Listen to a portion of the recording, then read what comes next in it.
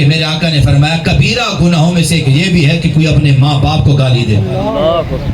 صحابہ نے یہ سنا تو تجسس ہوا، عرض کی حضور کوئی اپنے ماں باپ کو بھی گالی دے سکتا ہے؟ حضور نے فرمایا ہاں، اس کا یہ طریقہ کیا ہے؟ وہ ایسا ہے جس کا خلاصہ فرمایا یہ کسی کے باپ کو گالی دے وہ بدلے میں اس کے باپ کو گالی دے، یہ کسی کی ماں کو گالی دے وہ بدلے میں اس کی ماں کو گالی دے، تو یہ ایسا ہے جس نے خود اپنے ماں باپ کو گالی دی ہے۔ دوسرے نمبر پر فرمایا وَلَا تَسْتَتِبَّ لَهُ، اور اس کے اب علماء نے دو مطلب بیان کیے جس کا میں آپ کو سمجھا رہا ہوں۔ ایک مطلب یہ ہے کہ کوئی ایسا کام، ایسی حرکت، ایسا غلط کام نہ کرنا کہ جس کی وجہ سے تیرے ماں باپ کو گالی دی جائے۔ کوئی چوری کر لیتا ہے، کوئی کسی سے لڑائی جھگڑا کر لیتا ہے، نتیجتاً کیا ہوتا ہے؟ ماں باپ کو گالی دے دیتا اگلا بندہ، اور تو نے حرکت کی، فلاں کا پتر اور فلاں کے بچے، تو وہ کیا ہوتا ہے؟ اس کی غلط حرکت کی وجہ سے اس کے ماں باپ کو گالی دی جاتی ہے، تو یہ ایسا ہے جیسے اس نے خود اپنے ماں باپ کو گالی دلوائی ہے۔ یہ غلط حرکت کرنے والا پھر اس کے بدلے میں جو اس کے ماں باپ کو گالی پڑتی ہے، تو یہ ایسا ہے جیسے اس نے خود اپنے ماں باپ کو گالی دیو۔ تو خدا را وہ کام بھی نہ کرو جیسے تمہارے ماں باپ کی عزت پہ داغ آئے۔ ارے ساری زندگی اولاد کے لیے خدمت کی اور چاہتے ہیں کہ اولاد ہماری عزت کا سبب بنے، ہماری راحت کا سبب بنے۔ اولاد تمہیں نہیں پتا، تمہاری ایک غلط حرکت کی وجہ سے جب تمہارے ماں باپ کو پتا چلتا ہے نا کہ تمہارے بچے نے حرکت کی ہے، ماں باپ ٹوٹ جاتے ہیں، لرز جاتے ہیں، ہائے یہ میرے بچے نے کیسا کر دیا، مجھے منہ دکھانے کے قابل نہ چھوڑا۔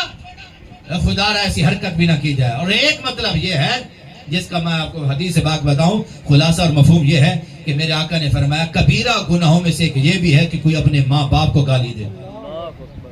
صحابہ نے یہ سنا تو تجسس ہوا، عرض کی حضور کوئی اپنے ماں باپ کو بھی گالی دے سکتا ہے؟ حضور نے فرمایا ہاں، اس کا یہ طریقہ کیا ہے؟ وہ ایسا ہے جس کا خلاصہ فرمایا یہ کسی کے باپ کو گالی دے وہ بدلے میں اس کے باپ کو گالی دے، یہ کسی کی ماں کو گالی دے وہ بدلے میں اس کی ماں کو گالی دے، تو یہ ایسا ہے جس نے خود اپنے ماں باپ کو گالی دی ہے۔ اگر آپ کسی کے ماں باپ کو گالی دیں گے وہ بدلے میں پلٹ کر دیتا نہیں۔ آپ دکانوں پہ بیٹھے ہیں، بازاروں میں بیٹھے ہیں، چوکوں میں بیٹھے ہیں، کسی اور جگہ پہ بیٹھے ہیں، یہ دیکھتے نہیں ہمارے ہم معاشرے میں کہ فلاں بیٹھے بیٹھے مذاق میں بھی ماں باپ کی گالی دے دیتے ہیں، بہن کی گالی دے دیتے ہیں، وہ بھی بدلے میں پھر اس کے ماں باپ کو گالی دیتا ہے۔ جناب یہ پھر ایسا ہے جیسے تم خود اپنے ماں باپ کو گالی دے دو، اس لیے منع کر دیا گیا۔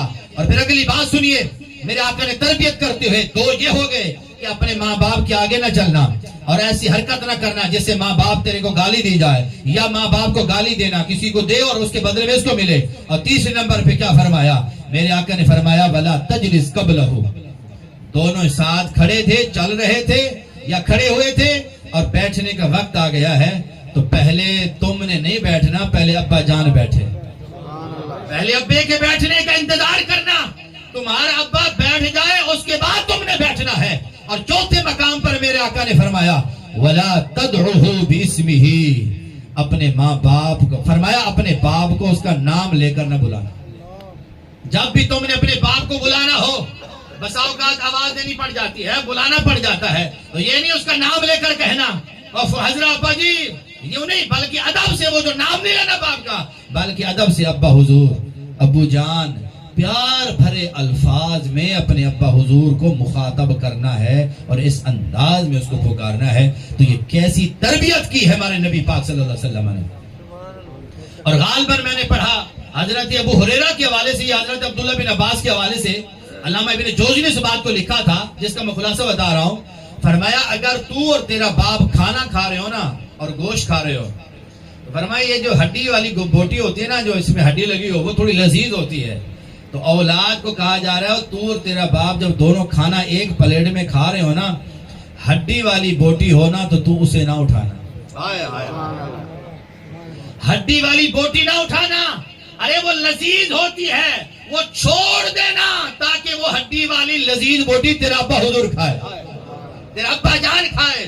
اور فرمایا اگر تمہارے کپڑے پہ میل لگی ہو نا، میل، اور تم چاہتے ہو کہ اس کپڑے کو جھاڑوں، یا تمہارے پاس رومال تھا یا کپڑا تھا، میل لگ گئی اسے جھاڑنا چاہتے ہو، تیرا ابا بھی ساتھ بیٹھا ہے، ابے کے سامنے کپڑے کو نہ جھاڑنا، کہیں دور چلے جانا، وہاں جا کر کپڑے کو جھاڑنا تاکہ تیرے کپڑوں سے اڑنے والی گرد و غبار تیرے باپ کے چہرے پہ نہ آئے، کیا بات ہے، کیا بات ہے، کیا بات ہے، تیرے والد گرامی کے چہرے پہ نہ آئے، تیرے والدہ کے چہرے پہ کپڑوں پہ تیری گرد و غبار بھی نہ پڑے۔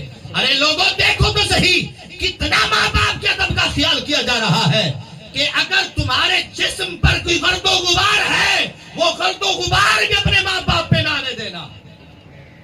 تو پھر دنیا جہان کی تم لانتے اگر کام کرو اور وہ ملامت اپنے ماں باپ کو دلاؤ، کتنے بڑے نافرمان ہوگے تم لوگ۔ خدا کے لیے وہ لوگوں، خدا کے لیے وہ اولاد جو ماں باپ کی نافرمان ہے، خدا را آج زندگی کے اندر اس بات کو سمجھو، تم نے بھی کل شادیاں ہوگی، تمہاری بھی اولاد ہوگی، تو یاد رکھ لو مکافاتی عمل کی چکی میں پھر تم پھسو گے۔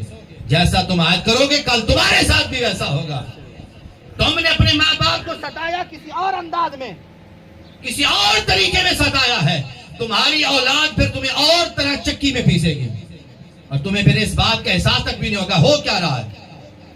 بسا اوقات بندہ نا کوئی ایسا کام کر لیتا ہے، پھر سوچتا میں پتہ نہیں کیڑا گناہ کیتا ہے کہ میرے تو مصیبتیں آ گیا، مصیبتیں آ گیا نے۔ اس کی ایک مثال دیتا چلو، ایک بندہ پھنس گیا، عدالت میں گیا کیس، تو عدالت نے جج نے کیس فیصلہ سنا دیا جج نے کہ سزائے موت۔ وہ اب روتا تھا گھر میں نے گناہ تو نہیں کیا، محلہ بھی جانتا تھا اس نے یہ کام نہیں کیا، سب مانتے تھے اس نے یہ کام نہیں کیا، لیکن غلط طور پر اسے سزائے موت ہوئی، سب مانتے تھے، لیکن مقدمے پھنس گیا جیسے بندہ پھنس جاتا ہے۔ ماں تھی روتی رہتی تھی حضرت، کبھی اس کے پاس کبھی اس کے پاس۔ جب ماں ملنے گئی بیٹے کو کہا ماں کوشش کر مجھے نکال، ماں نے کہا کوشش کر رہی ہوں بیٹا، کبھی کسی کے پاس کبھی کسی کے پاس، کہا جاؤں فلاں سے دروا کراؤں، کبھی کسی عالم کے پاس کبھی کسی اللہ کے ولی کے پاس۔ ایک دن جو گزرتے جا رہی تھی، راستے میں ایک مجذوب بیٹھا تھا، تو کہا چلو اسے بھی کہہ دوں، اللہ کا بندہ لگتا ہے فقیر ہے، کوئی دعا کر دے گا شاید میرے بیٹے کا کام بن جائے۔ جب وہ اس کے قریب گئی رو کے کہنے لگی سارا محلہ اس بات کا گواہ ہے کہ میرے بیٹے نے ایسا کام نہیں کیا، ناجائز طور پر مقدمے میں پھنسا ہے، سزائے موت ہو گئی ہے، اے اللہ کے بندے تو دعا کر دینا، تو نیک بندہ لگتا ہے دعا کر دینا۔ وہ مجذوب تھا، سر جھکائے بیٹھا رہا، تھوڑی دیر بعد سر اٹھایا تو کہنے لگا منج نہیں منے گی۔ منج سمجھتے نا آپ، تو سمجھتے ہو گے بھینس، وہ فرمایا بھینس نہیں مانتی، بھینس نہیں مانتی، منج نہیں بنے گی، بھینس نہیں مانتی۔ وہ اٹھی رونے لگی، تھوڑی اس نے کہا عجیب بات ہے، میں اپنے بیٹے کی دعا کرانی ہوں، یہ کہتا بھینس نہیں مانتی۔ وہ اٹھی چلی گئی، بیٹے کو جب ملنے گئی نا تو بیٹے نے پوچھا اماں کوئی کوشش کی، کہ ایم پی ایم اے کو ملا، ادھر ایم این اے، جس کو ملنا تھا سب کو ملا ہے، لیکن ہر کوئی ہاتھ اٹھا کے بیٹھا ہے۔ کہا کوئی اور کسی سے دعا کراؤ، کہا دعا بھی کرا رہی ہوں۔ ایک بزرگ کے پاس بیٹھی تو اس نے تو عجیب مذاق اڑایا، کہا میں کیا کہا میں نے جب یہ بات بتائی کہ میرا بیٹا پھنسا ہوا ہے، سر جھکایا، تھوڑی دیر بعد اٹھایا تو کہنے لگا بھینس نہیں مانتی، بھینس نہیں مانتی۔ تو بیٹے نے کہا اماں بس مجھے بات یاد آ گئی ہے، اماں مجھے بات یاد آ گئی ہے۔ کہا کیا ہے بیٹا؟ کہا اماں بس مجھ سے غلطی ہو گئی تھی۔ کہا کیا غلطی ہو گئی تھی؟ کہا اماں میں نے ایک دفعہ چوری کی تھی، جب میں نے رات کو ڈاکہ ڈالا نا، بھینس چرا کے جا رہا تھا، تو اس کا ایک بچہ جو ہے نا وہ بھاگ کے آگے پیچھے ہو رہا تھا، تو مجھے ڈر تھا کہ کہیں بچہ مجھے پھنسا نہ دے، تو میں نے وہ ایک پتھر اٹھا کے یوں جو مارا، اس کے بچے کے سر پہ لگا تو وہ بچہ تڑپ کے وہی مر گیا۔ تو میں نے بھینس کو دیکھا تو بھینس کی آنکھوں سے آنسو نکل رہے تھے، پہلے تو میرے پاس ساتھ چلنے کو تیار نہ تھی، لیکن جب میں پھر بعد میں بچہ مر گیا تو میرے ساتھ چلی گئی۔ تو آج اس مجذوب نے اس منظر کو مکاشے کی حالت میں، کش کی حالت میں جب دیکھا تو اس نے بھینس کو مخاطب کیا ہوگا اور کہا ہوگا بھینس اس بندے کو معاف کر دے، تو بھینس نے کہا ہوگا اس نے میرے بچے کو مرے سے معاف نہیں کروں گا۔ تو اندازہ لگائیں، ایک جانور پہ ظلم کیا، پھنس گیا، پتہ ہی نہ چلا۔ ارے اگر کوئی جانور پہ ظلم کرے تو ایسے مقدمے میں پھنس جاتا ہے، اسے پتہ بھی نہیں چلتا۔ تو جو ماں باپ پہ ظلم کرے گا